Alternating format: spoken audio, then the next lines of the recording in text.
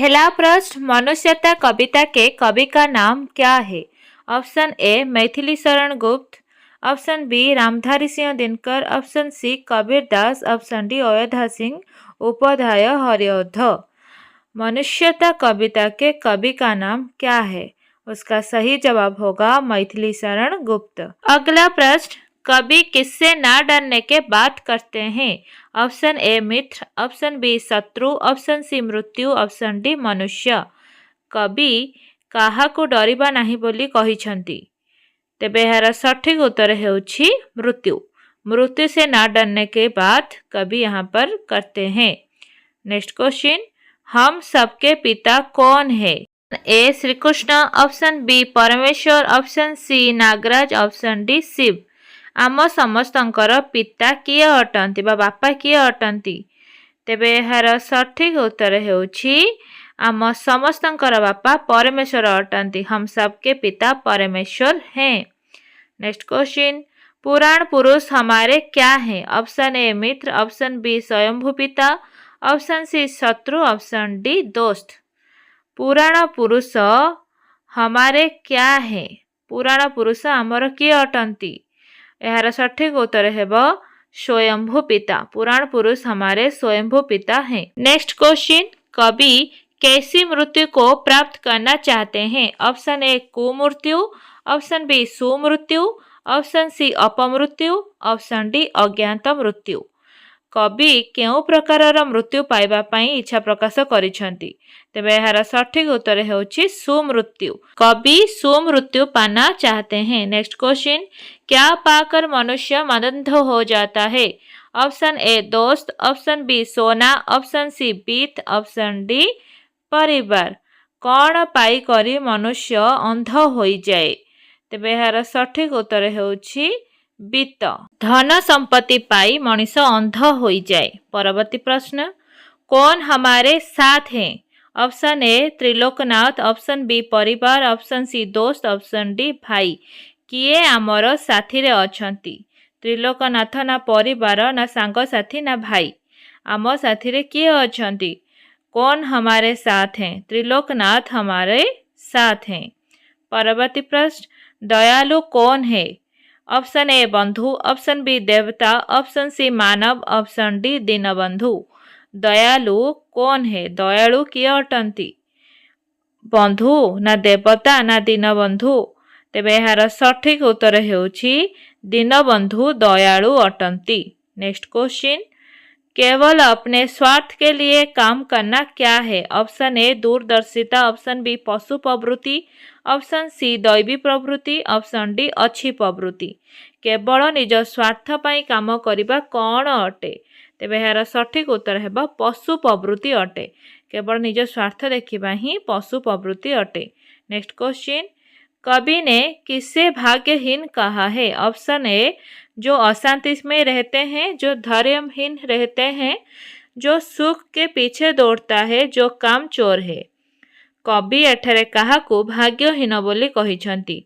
जो धैर्यहीन रहते हैं, जहांक पाखेरे धैर्य न थाए ताकू कवि भाग्यहीन कहिसंती। नेक्स्ट क्वेश्चन, किसके बड़े हाथ हैं? कहार बड़ हाथ अछि? ऑप्शन ए इंसान, option B Deenbandhu, option C पिता, ऑप्शन डी मित्र।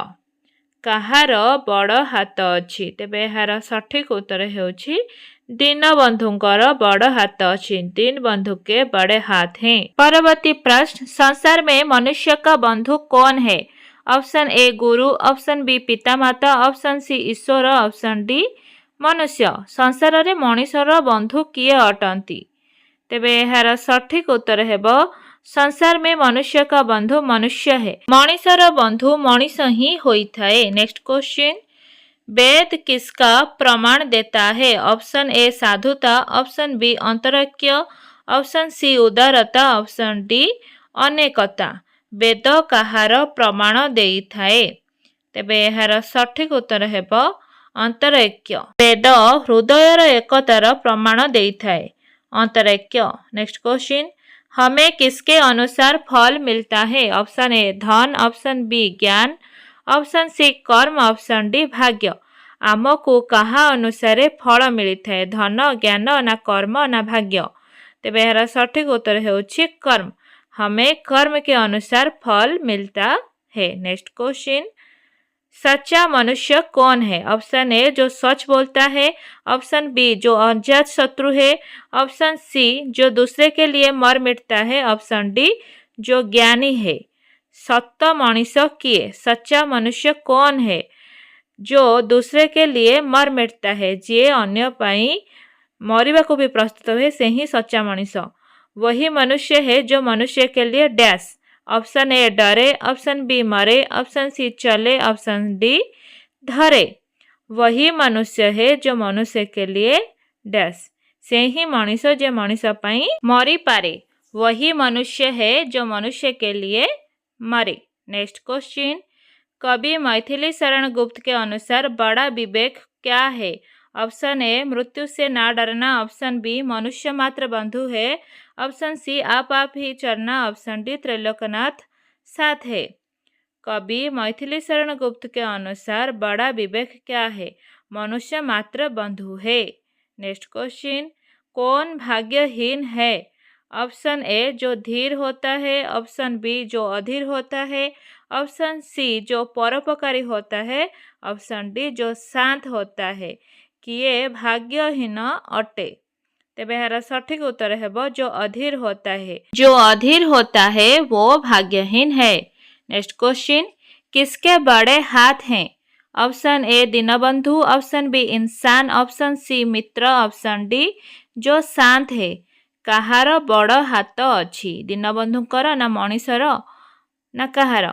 तेबे यार सठिक उत्तर होछि दीनबंधु के बड़े हाथ हैं। नेक्स्ट क्वेश्चन, कवि ने किसे मनुष्य कहा है? ऑप्शन ए अपने लिए जीने वाला, ऑप्शन बी जिससे धन का अहंकार नहीं होता, ऑप्शन सी मनुष्य के लिए मरने वाला, ऑप्शन डी जो सेवा करता है। कवि एठरे कहा को मनीष बोली कहिछंती? कवि ने यहाँ मनुष्य के लिए मरने वाला को मनुष्य कहा है। मनीष पाई मरुथिबा लोकों को मनीष बोली कहिछंती। मरा नहीं वही जो जिया न। ऑप्शन ए आपके लिए, ऑप्शन बी तेरे लिए, ऑप्शन सी देश के लिए, ऑप्शन डी सबके लिए। मरा नहीं वही जो जिया न डैश। तो इसका सही जवाब होगा आपके लिए। मरा नहीं वही जो जिया न आपके लिए। नेक्स्ट क्वेश्चन, आप ही चलना कैसी प्रवृत्ति है? ऑप्शन ए लोभी प्रवृत्ति, ऑप्शन बी अहंकारी प्रवृत्ति, ऑप्शन सी पशु प्रवृत्ति, ऑप्शन डी स्वार्थी प्रवृत्ति। आप ही चलना निजे निजर कथा ही कहवा, निज स्वार्थ चिंता करवा पशु प्रवृत्ति अटे।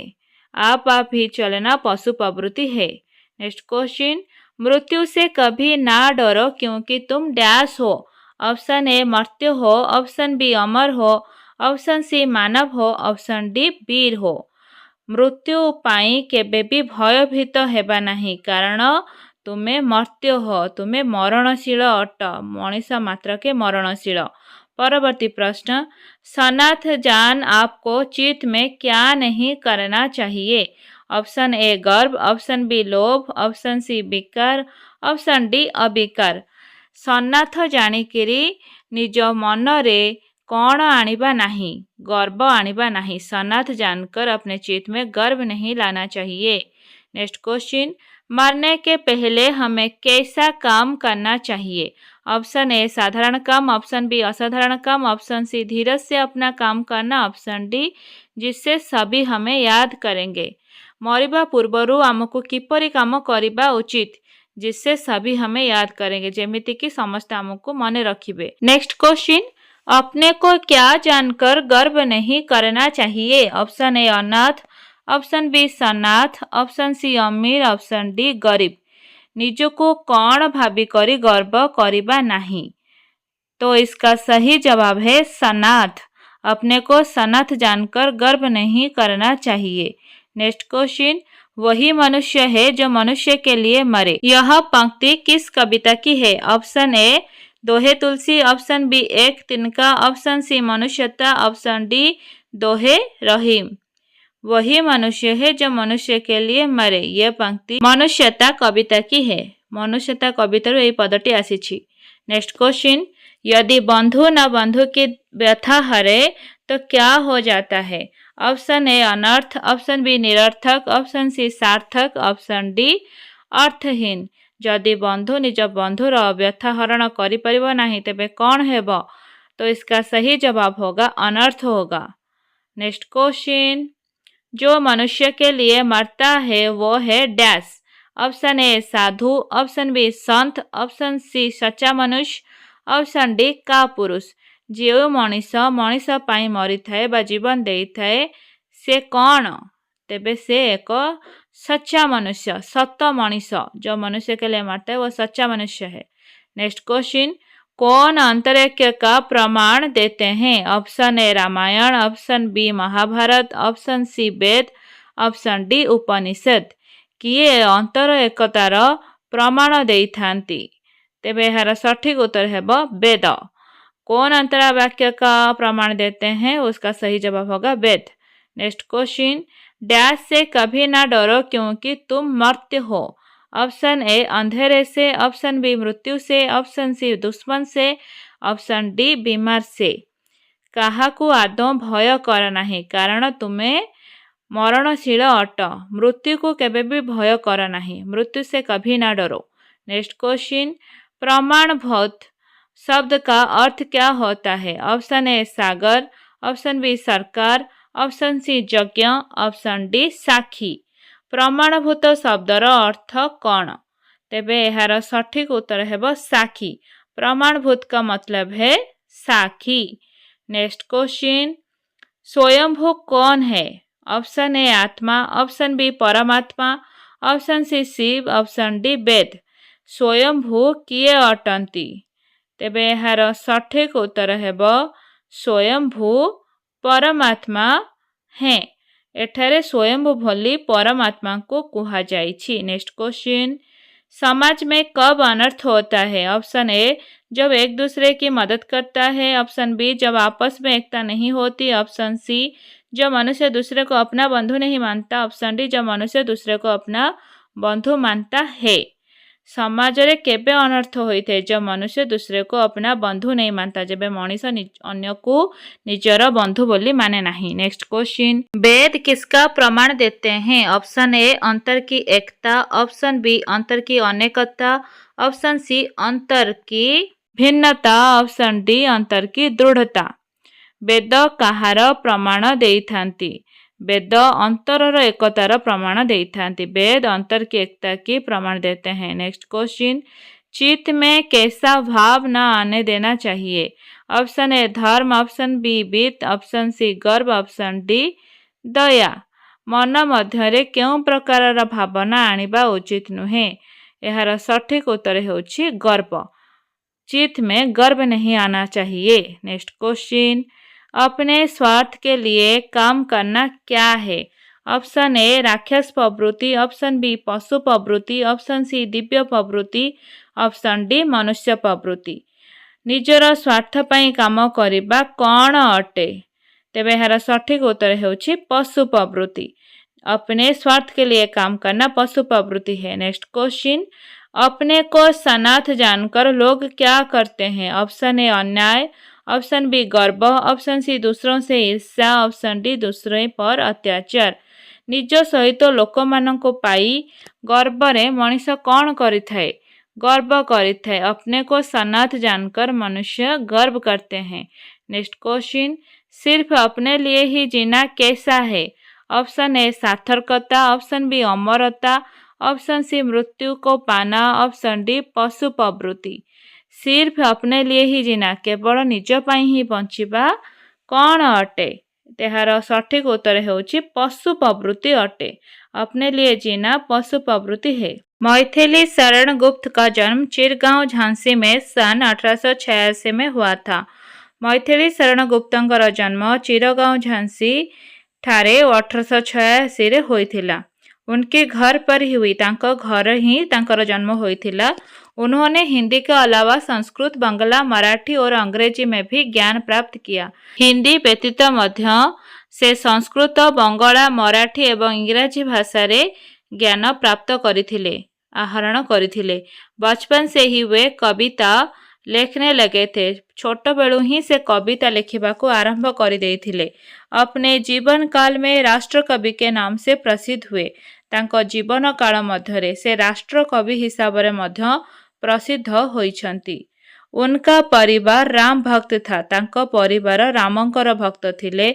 उन्होंने भारतीय जीवन के आदर्श, इतिहास और संगीत को अपने काय का आदेश बनाया। से भारतीय जीवनर संस्कृति, आदर्श, इतिहास को निज जीवनर काया बा लक्ष्य बनई देथिले। स्नेह, प्रेम, दया, उदारता आदि मानवीय भावों को भी सिंह के माध्यम से उजागर किया। स्नेह, प्रेम, दया, उदारता एवं मानवीय भावना को से निजर लेखनी माध्यम रे उजागर करथिले बा जागृत करथिले। इस कविता में मनुष्य को महान बनने की प्रेरणा दी गई है। यही जो कविता मनुष्यता, यही कविता रे मनुष्य को महान बननेबार प्रेरणा देइछंती। कवि कहते हैं, जिसने इस धरा पर जन्म लिया है एक ना एक दिन अवश्य मरेगा। कवि एठारे प्रकाश करिछंती जे जो मनुष्य एही धरा पृष्ठरे जन्म ग्रहण करिछंती से दिने ना दिने अवश्य मरिबे। इसलिए हमें कभी मृत्यु से नहीं डरना चाहिए। एथिपाई हमको केबे मृत्यु को डरिबार नहीं। हम ऐसे मरे कि मरने के बाद भी अमर हो जाए। आमे एमिति मरिबा उचित कि मरिला परे मध्य आमे अमर होई रहिजिबा चिरदिन पाई। यदि हम जीवन भर सत्कर्म नहीं करेंगे तो हमें अच्छी मृत्यु नहीं मिलेगी। यदि आमे जीवन रे सत्कर्म करिबा नहीं तेबे केबे हेले हमको भल मृत्यु मिलिबो नहीं। अर्थात मरने के बाद कोई याद नहीं रखेगा। अर्थात मरिबा परे केही हमको मने रखिबे नहीं। जो व्यक्ति दूसरों के काम आता है वो कभी मरता नहीं है। जो व्यक्ति अन्य लोक मानकर काम रे आसीथांती से केबे भी मरती नहीं, क्योंकि वो कभी भी अपने लिए नहीं जीता है, कारण से केबे भी निज पाई बंची न थांती। पशु जिस प्रकार अपने आप मरते रहते हैं उसी तरह की प्रवृत्ति मनुष्य में भी कई बार दिखाई देती है। जेपरि भावरे पशु माने जन्मग्रहण करिथांती एवं आपे आपे ही मरिथांती, सेही प्रकारर प्रवृत्ति बेले बेले मनुष्य मानकठारे मध्य देखा देइथाए, जो ठीक नहीं है, जहा कि कदापि सठिक नुहे। मनुष्य को तो मनुष्य की मदद करने में प्राण दे देना चाहिए। मनुष्य को तो मनुष पाई जीवन दे दबा कथा। संपत्ति के लोभ में पड़कर हमें गर्व से नहीं इठलाना चाहिए। संपत्तिर लोभरे पड़ी हमको गर्व रे फूले उठिबा उचित नुहे। कुछ अपने मित्र और परिवार आदि लोगों को देखकर भी अपने को बलवान नहीं मानना चाहिए। एमिति भी निजर मित्र बा सांगसाथी परिवार मानंकु देखी सेमानंकु पाई बलवान बोले मने करिबा उचित नुहे, क्योंकि इस संसार में कोई भी अनाथ या गरीब नहीं होता। कारण यही संसार रे ना केही गरीब ना केही अनाथ अटंती। यहाँ कोई भी अनाथ नहीं हो सकता, क्योंकि ईश्वर जो तीनों लोगों के नाथ है वे सदा सबके साथ रहते हैं। एठारे केही भी अनाथ हेई पारिबे नहीं, कारण ईश्वर जे त्रिलोकर नाथ बा त्रिलोकनाथ से सदा सर्वदा समस्तक साथी रे अछंती। वे सदा सबके साथ रहते हैं। से सबु बेले समस्तक सहित रहिथांती, क्योंकि ईश्वर दीन बंधु है, कारण ईश्वर दीन बंधु अटंती। दुखी दरिद्र लोक मानकर बंधु हेउछंती ईश्वर। गरीबों पर दया करने वाले भी हैं। गरीब मानक ऊपरे दया करुथिबा मालिक मध्य अटंती। परम दयालु हैं, परम दयालु से अटंती। विशाल हाथ वाले हैं, विशाल हाथ तांकर रहिछि, तेणु से विशाल हाथ वाला अटंती। अर्थात वे सबकी मदद करने के लिए सदा तत्पर रहते हैं। एठारे विशाल हाथर अर्थ कौन? विशाल हाथर अर्थ हेउछि तांक हाथ सदा सर्वदा तत्पर रहिथाए गरीब, दुखी एवं रोगी लोक मानकर सेवा करिबा पाई बा साहाय्य करिबा पाई, दया करिबा पाई। कहार? दीनबंधुंकर हाथ बहुत बड़ होइथाए बा विशाल होइथाए लोकमानंकु साहाय्य करिबा पाई। जो अधीर होकर अहंकारी बन जाते हैं वे तो सच में भाग्यहीन है। ଯିଏ ଅଧୀର ହୋଇକରି ଅହଙ୍କାରୀ ହୋଇଯାଆନ୍ତି। ସୁଖ ପାଇଲେ ସୁଖରେ ଅଧୀର ହୋଇଯିବା, ବିଭୋର ହୋଇଯିବା, ଅହଙ୍କାରୀ ହୋଇଯିବା, ପ୍ରକୃତରେ ସେମାନେ ହିଁ ଭାଗ୍ୟହୀନ ହୋଇଥାନ୍ତି। ମନୁଷ୍ୟ ତ वही है जो मनुष्य की सेवा करे। मनुष्य तो ସିଏ ହେଇଥାଏ ଯେ ମଣିଷମାନଙ୍କର ସେବା କରିଥାଏ और उसके लिए मरे एवं ତା ପାଇଁ ମଧ୍ୟ ଜୀବନ ଦେଇପାରେ। मनुष्य के लिए प्रत्येक मनुष्य बंधु है। मଣିଷ ପାଇଁ ପ୍ରତ୍ୟେକଟି ମଣିଷ ତାର ମିତ୍ର ହେବା ଆବଶ୍ୟକ ବା ବନ୍ଧୁ ଅଟେ। परम मित्र है, परम मित्र हेबा आवश्यक। इसे हमें समझना होगा। एहाकू आमकू बुझिबाकू हेबो। यही हमारा विवेक है। यह ही हेउछि आमर विवेक। एक ही भगवान हम सबको पिता है। गोटिए ही भगवान अटंती जे आम समस्तंकर बापा अटंती बा पिता अटंती। वे पुरातन प्रसिद्ध पुरुष है। से बहु प्राचीन कालर प्रसिद्ध पुरुष अटंती। वे ईश्वर हैं। से हेउछंती भगवान। ये तो सत्य है। यह तो सत अटे कि हमें अपने कर्मों के अनुरूप फल भोगना होता है। यह ही सत्य जे आमको आमर कर्म अनुरूप ही फल भोगिबाकू पड़िबो।